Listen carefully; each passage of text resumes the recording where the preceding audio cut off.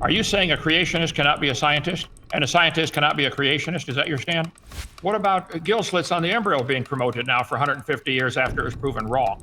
Are you at all concerned about that?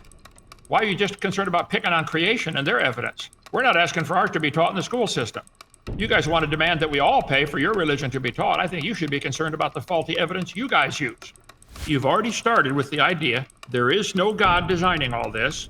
The earth is billions of years old. Life can start from non-living material. Matter can come from nothing.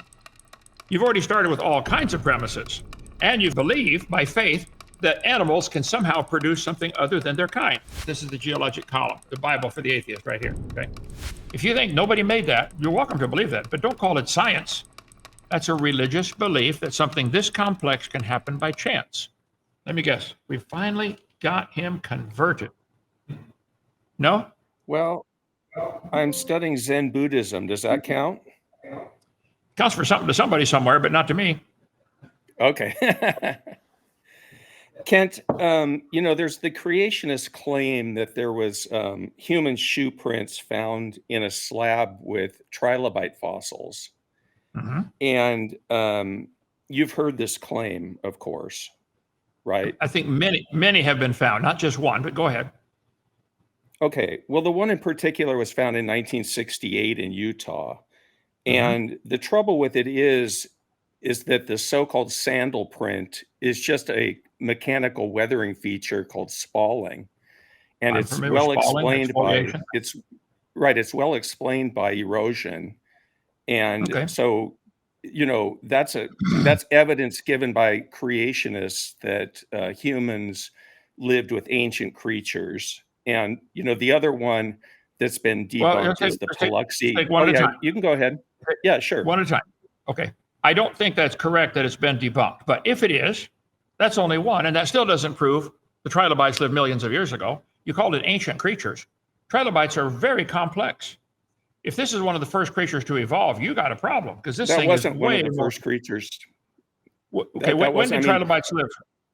In your religion of evolution, when did trilobites live? In the Cambrian, some 500 and so million years ago. But the first life appeared 4 billion years ago. Your claim is that in the Cambrian, the first life forms. Yeah, go ahead. Okay, in the Cambrian era, down here 400 million years ago, the trilobites. There they are, trilobite column, the Bible for the atheist, right here. Okay, got to get this square. Okay. I think it's baloney. I think creatures would be sorted based upon where they live. Do these type of creatures with the hard shells that can roll up, do they live at the bottom of the ocean now? We just got the world's largest horseshoe crab donated to us. Yeah, I think they live in the ocean. Yeah, trilobites don't live anymore. They're extinct, but... You're sure of that? How could you possibly know such a thing? You'd have to show me an example of a currently living... you might show me an isopod or something that lives nowadays, but it's not a trilobite. It doesn't have the same features, the same eyes, and complex eyes and that kind of really complex eyes, yeah. Right. And if you want to believe, if you believe nobody designed the trilobite with its compound, I think they have 10,000 eyeballs altogether, a compound eye, lenses collecting light for the brain. If you think nobody made that, you're welcome to believe that, but don't call it science. That's a religious belief that something this complex can happen by chance. You can't possibly prove such a thing, can you? We have a good idea looking at currently living organisms of how the eye probably evolved. We have organisms now that just have light-sensitive cells, and that's their only form of sight. Okay, now hold it. Right, but think about your logic here. You want to line up living organisms that have from simple to complex eyes, and therefore that proves how they evolved in history. That would fall apart. And I could line up vehicles like unicycle, bicycle, tricycle, four-wheeler, six-wheeler. That is a potential path of evolution that we see. It's not. It's not for certain. Right. It's not science. Oh, it's an imagination. It's a belief. Looking at current organisms is science, and we can compare it with what's fossilized in the fossil record. I know that's getting off on another topic. Can I bring up? Did you have anything more? So the trilobite was in place, and then there was a spalling feature on top that was then interpreted as a sandal print, even though there was no other sandal prints in a line from that point. So it was misinterpreted by creationists. I don't know that that's true, but even if it's true, it still doesn't have any to offer any help for evolution. You guys, you want to talk about if that's something being promoted and is wrong. What about gill slits on the embryo being promoted now for 150 years after it was proven wrong? Are you at all concerned about that? Why are you just concerned about picking on creation and their evidence? We're not asking for ours to be taught in the school system. You guys want to demand that we all pay for your religion to be taught. I think you should be concerned about the faulty evidence you guys use. Well, I mean, we've addressed certain things like Piltdown Man and Nebraska Man were debunked by scientists, not by creationists. So we are addressing. So scientists are addressing those things. Yeah, go ahead. But think what you made a dichotomy between scientists and creationists. Are you saying a creationist cannot be a scientist and a scientist cannot be a creationist? Is that your stand?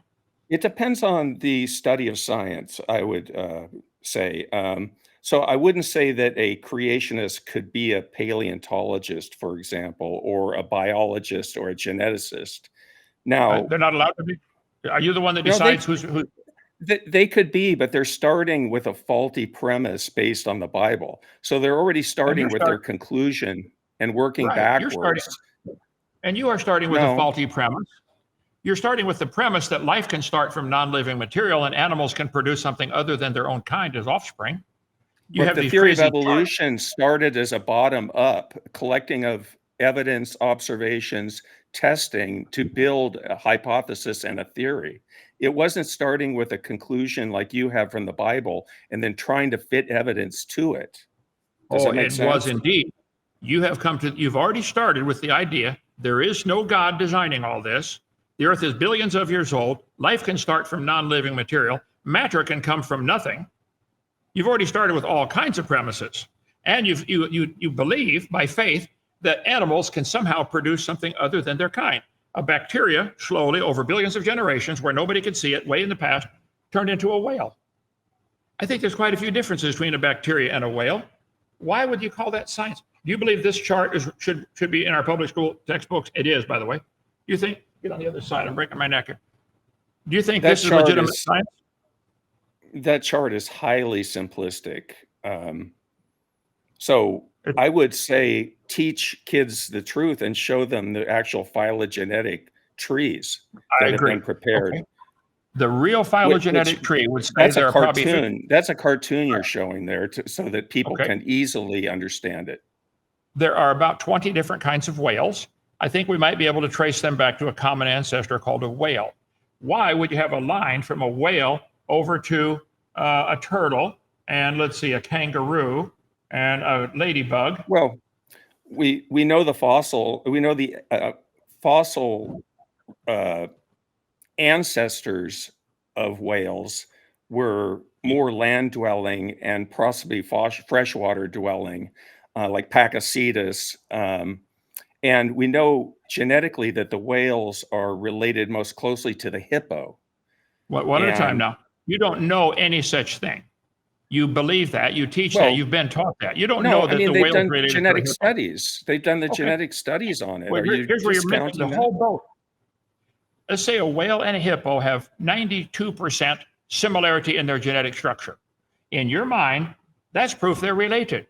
In my mind, that's proof they got the same designer.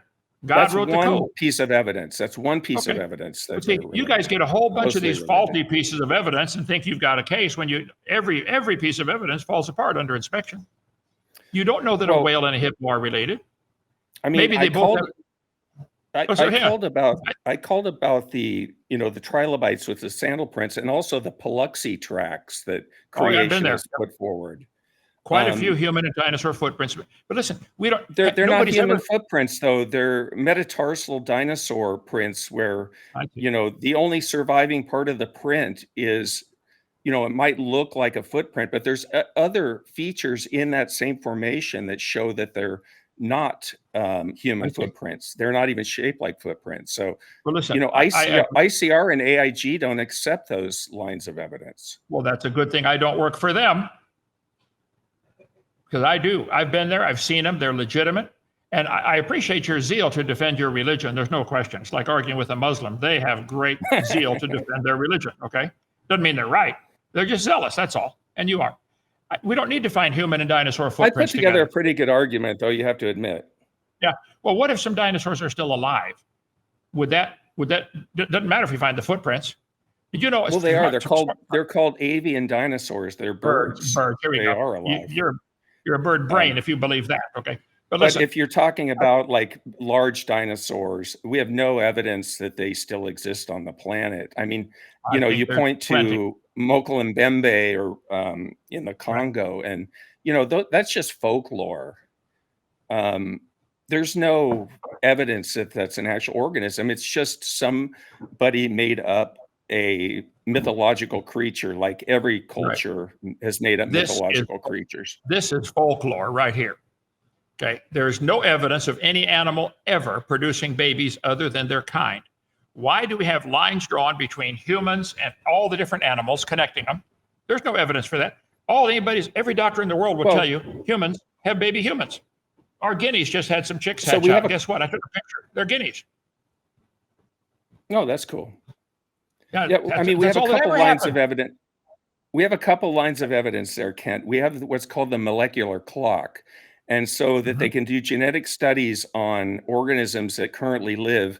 And based on that, they can find similarities, and they can find a line in history where those two species intersect and come up with a time period.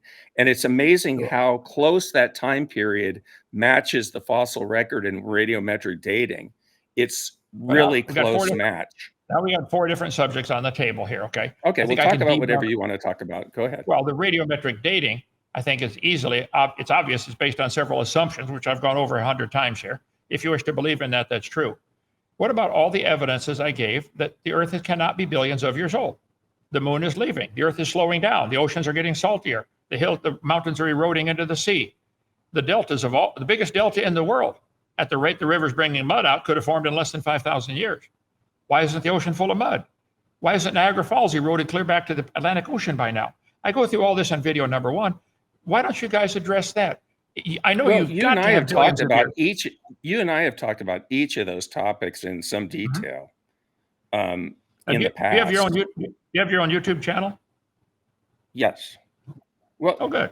Joseph knows about it, so you can ask Joseph about it. But I've posted those on my channel, our discussions. But thanks for the discussion today, and I appreciate your time.